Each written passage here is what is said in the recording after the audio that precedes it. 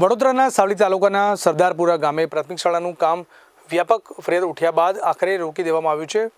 હલકી ગુણવત્તાની સામગ્રીના કારણે ગ્રામજનોએ નારાજગી વ્યક્ત કરી છે। ગ્રામજનોએ આક્ષેપ કરતા કહ્યું છે કે પિલ્લરમાંથી સિમેન્ટના પોપડા નીકળી રહ્યા છે। મોટી સંખ્યામાં ગ્રામજનો સ્થળ પર ભેગા થયા હતા।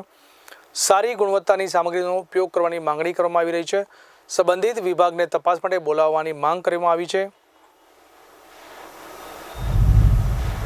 મારું નામ પરમાર સુનિલભાઈ છે। હું રહેવાસી સરદારપુરાનો છું।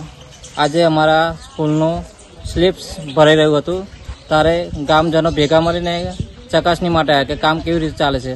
તો બધા ગામવાળા ભેગા મળીને જોયું ને તો ખબર પડી કે રેતી માટીવાળી હતી, તો નહીં ચલો એવું કીધું હતું। તો પહેલાં બી આવું થયું હતું કે જ્યારે પાયાનું કામ હતું ત્યારે રેતી સારી ગુણવત્તાવાળી નથી।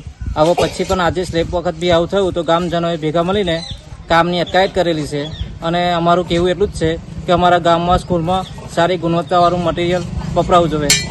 અને અત્યારે હાલમાં અહીંયા આગળ કોઈ કોન્ટ્રાક્ટર કે એન્જિનિયર કોઈ હાજર છે નહીં, ફક્ત ગામજનો છે।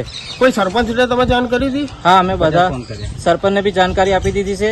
એ પણ કીધું છે કે આવીએ છે, પણ હજુ સુધી આવ્યા નથી।